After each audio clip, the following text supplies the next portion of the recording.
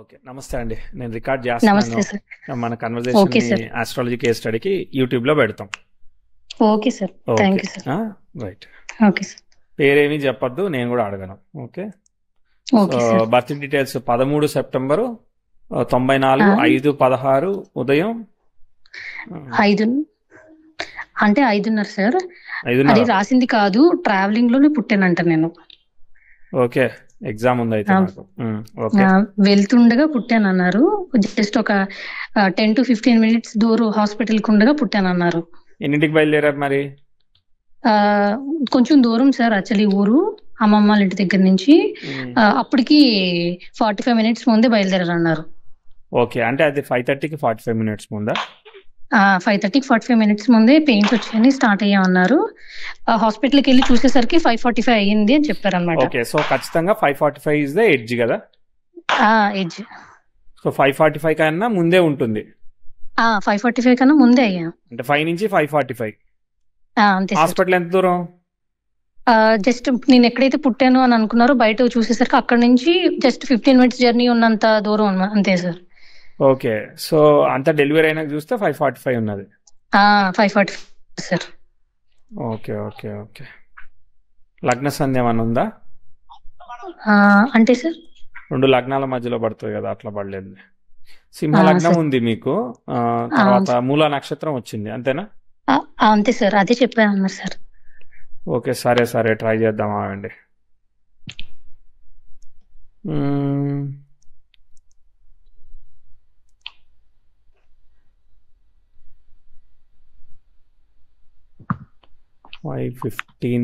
అయితే అది మరి 5:45 బర్త్ టైం చూస్తే 5:15 ఎట్లా వేసుకున్నారు మీరు? అంటే ఆన్ అండ్ యావరేజ్ 5:30కి అటు ఇటు అని చెప్పారు అనమాట మమ్మీ. సో 5:30 అరౌండ్ లో అవ్వచ్చు అన్నారు, కానీ కన్ఫర్మ్ గా చెప్పలేపారు. ఎందుకంటే ఆటోలో వెళ్తుండగా పుట్టాం కదా, అందులో అప్పుడు అంత టైం లేదు, ఏంటి నాలెడ్జ్ లేదు వీళ్ళకి. ఓకే. పుట్టాక టైం చూసారు కదా, 5:45 అయింది కదా. పుట్టేటప్పుడు అంటే హాస్పిటల్ రీచ్ అవ్వగానే చూసారు అనమాట, 5:45 అయింది. హాస్పిటల్ రీచ్ అయ్యేసరికి 15 minutes జర్నీలో 5:45 అయింది. రీచ్ అయ్యేసరికి 5:45 అయింది సార్. రీచ్ అయ్యే వరకు 5:45 అయింది. Okay, nice. చేసేద్దాం. 5:31 చేద్దాం. అలాగే సార్. ఏదైతే నేనే కదా అది ఎత్తుకునేది. సార్. సో గుడ్ అయినా బ్యాడ్ అయినా నేనే తీసుకుంటా, ఎందుకంటే నేనే రెక్టిఫై చేశాను కాబట్టి. Okay sir. సరే, 5:31 చేద్దాం. ఓకేనా? 5:31 చేస్తే మీరు అన్న లాజిక్ కి కూడా సింక్ లోనే ఉంది చూడండి. 15 minutes డెస్టినేషన్ కి అవుతుంది. రీచ్ అయినా చూస్తే 5:45 అయింది. సో డెలివరీ అయ్యి అక్కడికి వెళ్లే వరకు ఒక 15 నిమిషాల జర్నీ అన్నారు. సో కాబట్టి అవ్వచ్చు, మధ్యలో ఆగచ్చు కదా. ఎక్కడ ఆగలేదు సార్, ఆగలేదు. అప్పటికి ఆటోలోనే డెలివరీ అయిపోయిందని చెప్పేసి ఫాస్ట్ గా తీసుకెళ్లారని చెప్పారు. సో 5 o'clock బయలుదేరారు. 5 అరౌండ్ అలా 5:45 అలా బయలుదేరారు. స్టార్టింగ్ టైం మీద కాన్ఫిడెన్స్ లేదు, కానీ ఎండింగ్ టైం మీద కాన్ఫిడెన్స్ ఉందిగా. ఉంది సార్, ఉంది కాబట్టి అప్పుడు 5:31 ఎందుకు కాదు? అంతే సార్. సో సింహ లగ్నమే తీసుకున్నాము, మూలా నక్షత్రం తీసుకున్నాం. చెప్పండి, ఇప్పుడు మీరు ఏం చేస్తున్నారు, మీకు ఏం కావాలి? సార్ ప్రజెంట్ అయితే నేను ఖాళీగానే ఉన్నాను సార్. ఓకే. హౌస్ వైఫ్ ని. Okay, right. ఏంటంటే నేను తెలుసుకోవాలనుకునేది కూడా 2 issues ఉన్నాయి సార్. ఒకటి కెరియర్, నెక్స్ట్ వచ్చేసి మ్యారీడ్ లైఫ్ బాగానే ఉంది. కాకపోతే ఏంటంటే తిను డిఫెన్స్ లో ఉండడం వల్ల నేను కూడా జాబ్స్ మానేయాల్సి వచ్చింది, మా హస్బెండ్. సో అది సార్, కెరియర్ ఏంటనేది కొంచెం క్వశ్చనీగా అయిపోయింది సార్. ఓకే, ఏమైనా చేద్దాం అనుకుంటున్నారు మీరు? ఓకే, సరే. దానికి మరి ఏం ప్రిపేర్ అయ్యారు? నేను బీటెక్ చేశాను సార్. ఓకే. కొన్ని రోజులు సాఫ్ట్వేర్ లో వర్క్ చేశాను. తర్వాత నార్మల్ ఆ సాఫ్ట్వేర్ అయిపోయిన తర్వాత గవర్నమెంట్ లో నార్మల్ పోస్ట్ కూడా వచ్చింది, చిన్నది చేసేదాన్ని. బట్ వీనికి వెంటనే ట్రాన్స్ఫర్ రావడం, నేను దాన్ని కూడా క్విట్ చేసి వెళ్ళిపోవడం జరిగింది సార్. ఓకే. సాఫ్ట్వేర్ లో ఏం చేశారు? టెస్టింగ్ చేసేదాన్ని, నెక్స్ట్ డెవలప్మెంట్ కూడా 1 year అలా చేశాను సార్. 2 కూడా చేశాను. Okay, right right. ఇప్పుడు ట్రై చేసేది ఏంటి మరి? ఇప్పుడు నేను ఇంకా ప్రజెంట్ అయితే ఏం ట్రై చేయలేదు సార్, ఐడియల్ గా ఉన్నాను. కాకపోతే ఏంటంటే ఆలోచిస్తున్నాను, లైక్ జాబ్ సైడ్ వెళ్ళాలా, బిజినెస్ సైడ్ ఏమైనా చేసుకుందామా అన్నట్లు ఆలోచిస్తున్నాను, అంతే సార్. డైలమాలో ఉన్నాను. Okay, right right. నేను చెప్పానని ఏది చేయకండి, కానీ నేను ట్రై చేస్తాను ఏదో ఒకటి క్యాలిక్యులేట్ చేయడానికి. అలాగే సార్. రైట్. సో బేసిక్ ఒకసారి చార్ట్ అర్థం చేసుకొని ఒక నిమిషం చెప్పుకొని తర్వాత వెళ్దాం. Okay sir. అప్పుడు కొన్ని ఈవెంట్స్ చెప్తా, ఆ సెట్ అయితే అప్పుడు సజెషన్ చెప్తా. అలాగే సార్. సజెషన్ అంటే అక్కడ ఉన్నది క్యాలిక్యులేట్ చేస్తాను. Okay sir. లగ్నం మీద రవి ఉన్నాడు, లగ్నాధిపతి లగ్నంలో ఉన్నాడు, బాగున్నాడు. కాకపోతే కేతు రవి ఒకే నక్షత్రంలో ఉన్నాడు. మరి శుక్రుడు ఎలా ఉన్నాడు? శుక్రుడు తృతీయంలో ఉన్నాడు. So Ravi is got disturbed అనమాట. ఓకే, కానీ స్వక్షేత్రం కాబట్టి చాలా వరకు సేఫ్. కానీ సప్తమంలో శని రెట్రోగ్రేట్ అయ్యాడు. రెట్రోగ్రేట్ అయిన శనికి క్యాన్సిలేషన్ లేదు కాబట్టి ఇప్పుడు ఒక క్వశ్చన్, ఇప్పుడు మీ వారు డిఫెన్స్ అన్నారు కాబట్టి మరి ఇద్దరు ఒకే లొకేషన్ లో ఉండడానికి అవ్వట్లేదా? ఆయన వేరే దగ్గర ఉండాల్సి వస్తుందా?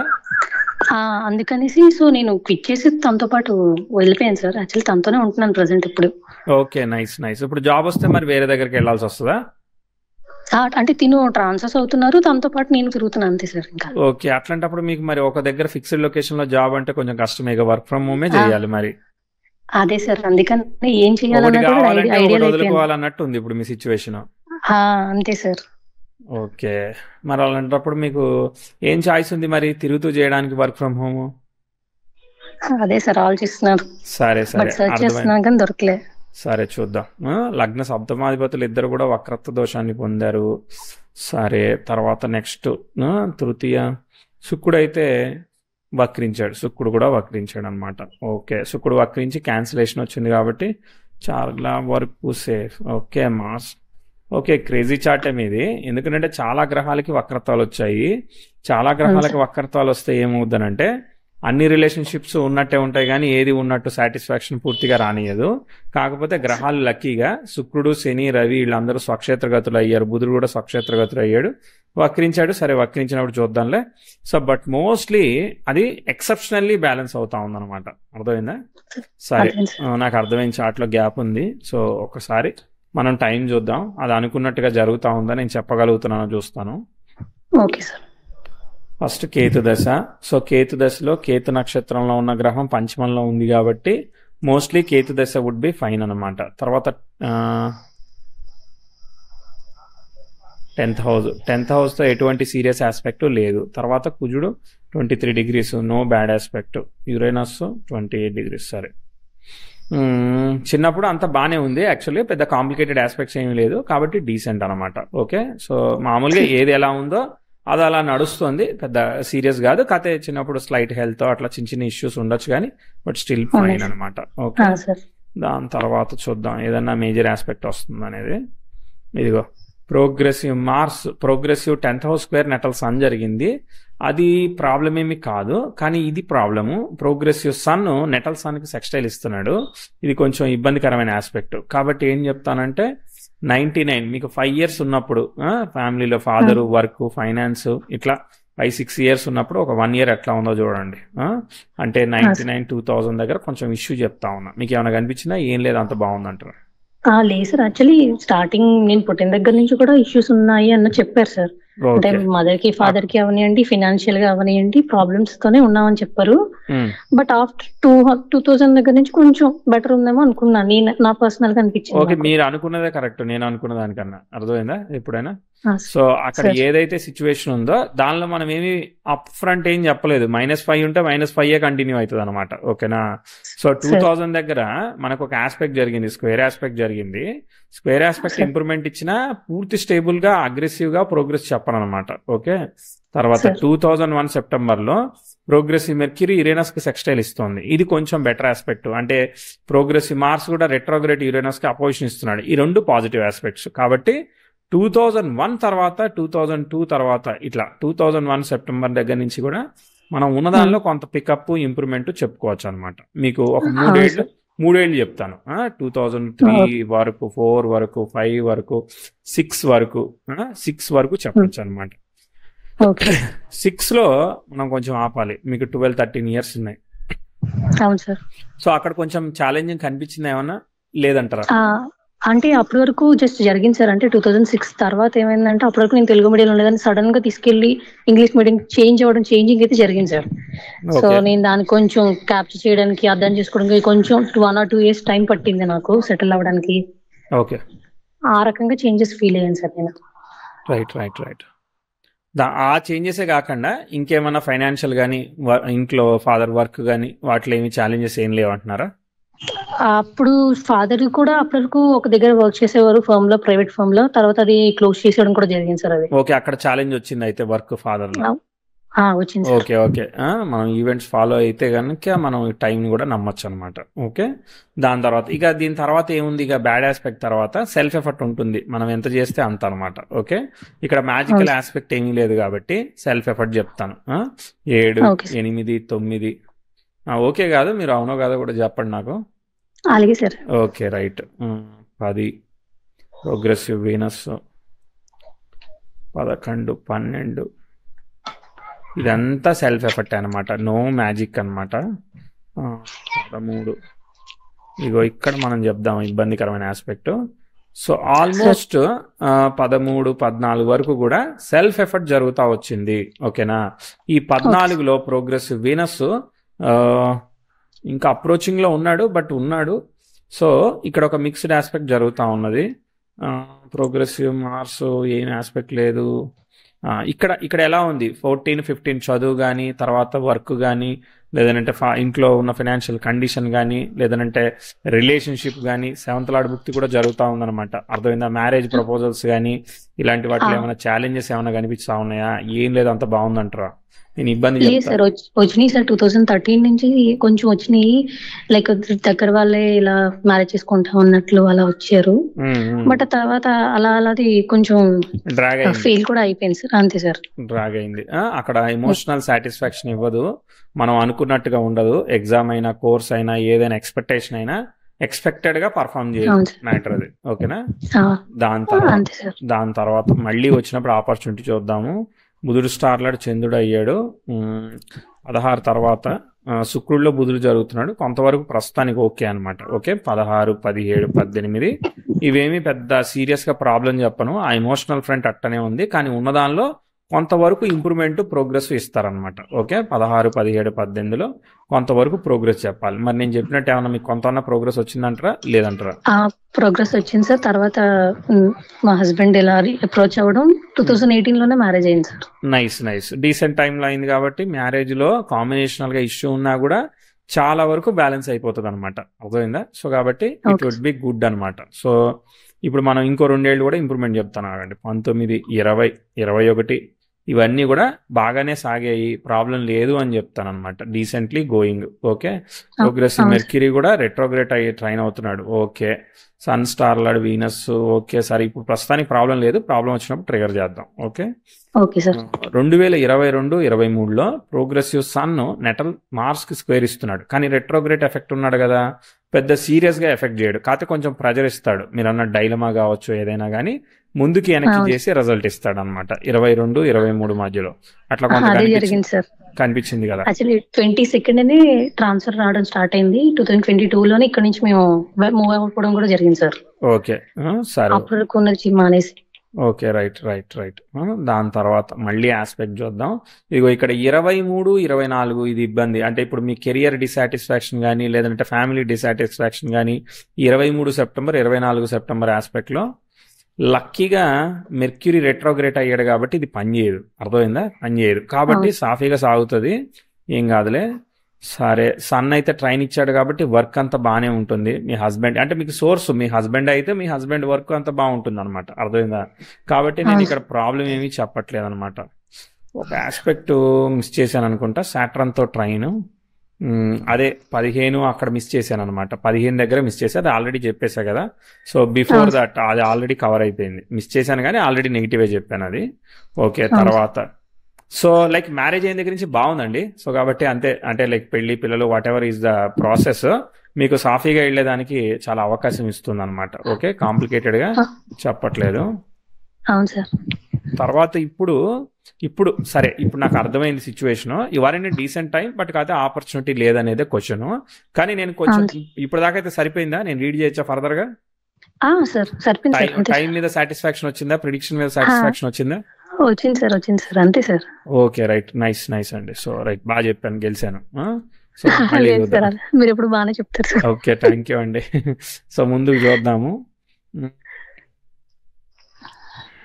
వీనస్ అయితే వక్రించి ట్రైన్ ఇవ్వడం ఏమీ ప్రాబ్లం లేదు, కాబట్టి ప్రాబ్లం లేదు. Wait okay. 10th హౌస్ సన్కి సెక్స్టైల్ ఇచ్చేంత వరకు మనం ప్రాబ్లం చెప్పము. ఓకే, సో అంటే మధ్యలో చిన్న కంజంక్షన్ ఆఫ్ ఆస్పెక్ట్ వచ్చింది, ఏమీ కాదులే.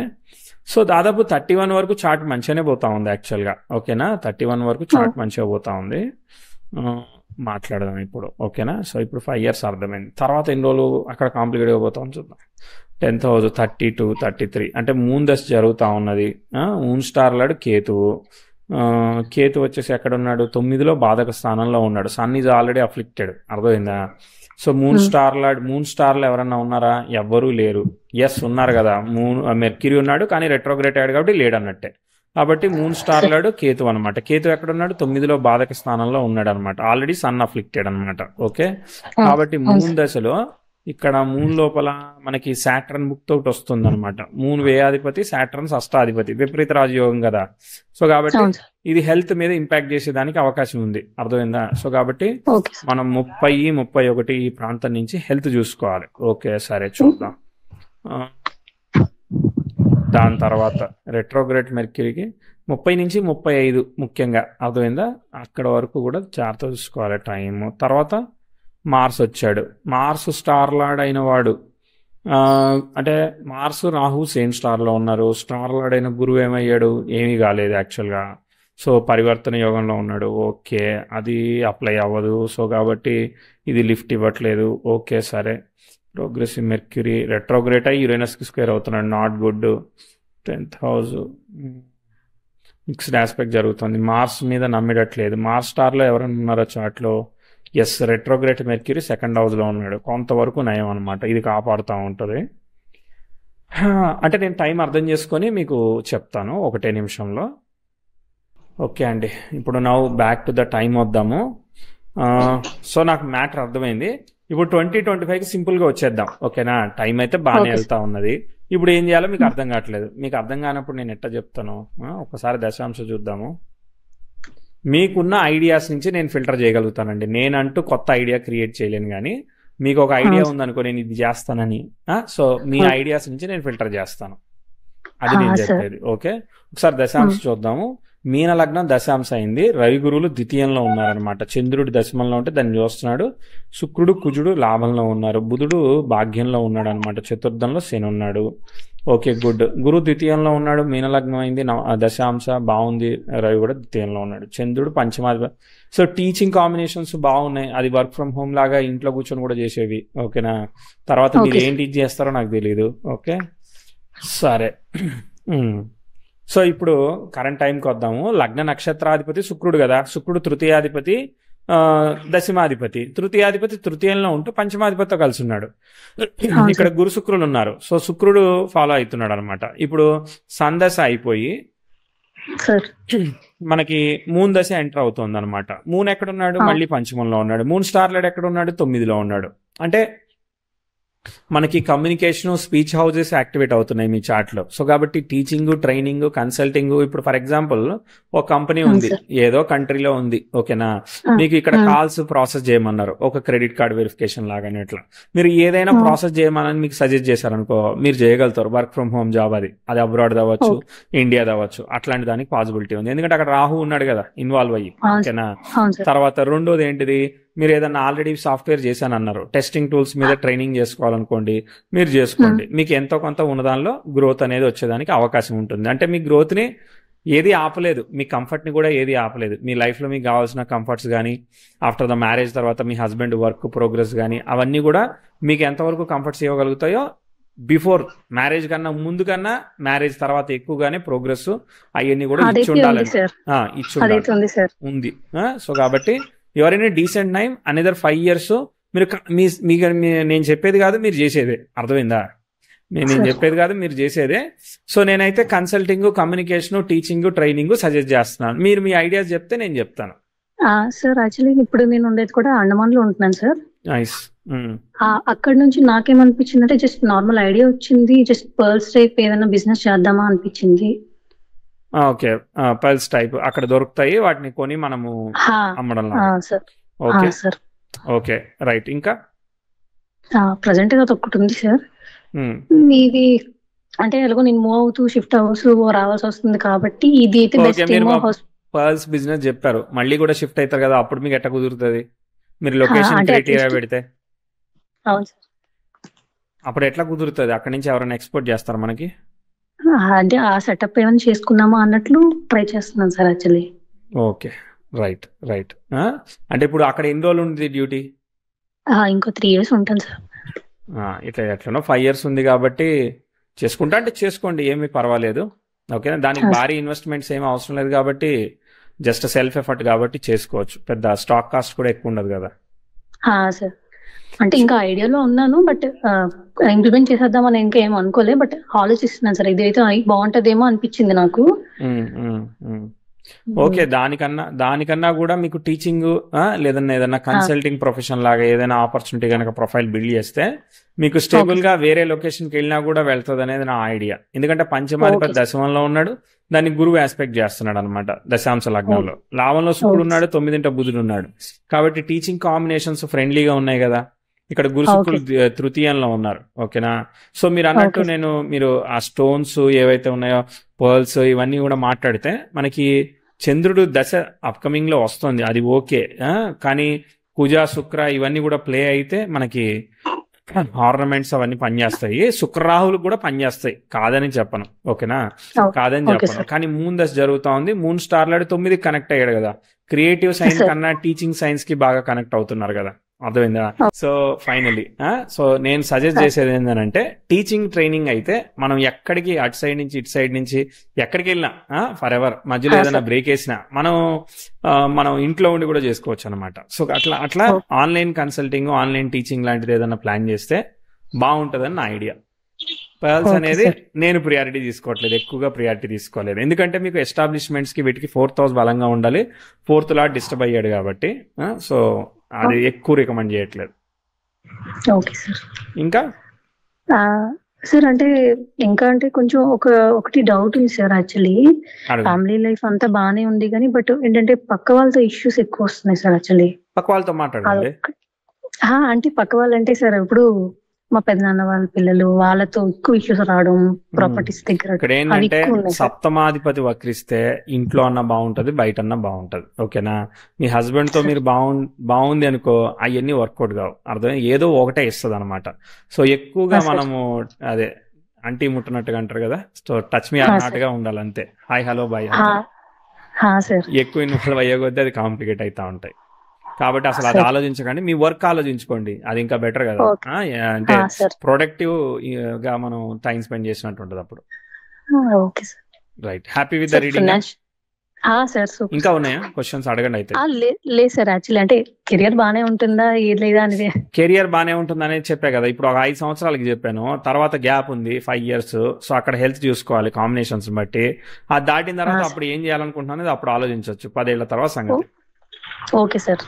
అది ఇమీడియట్ గా మనం చేయడానికి చార్ట్ అయితే ఓపెన్ గా ఉంది, మీ మ్యారేజ్ దగ్గర నుంచి ఓపెన్ గా ఉంది, మీకు కొంత ఫ్యామిలీ లైఫ్ ఇచ్చింది కాబట్టి ఆల్రెడీ.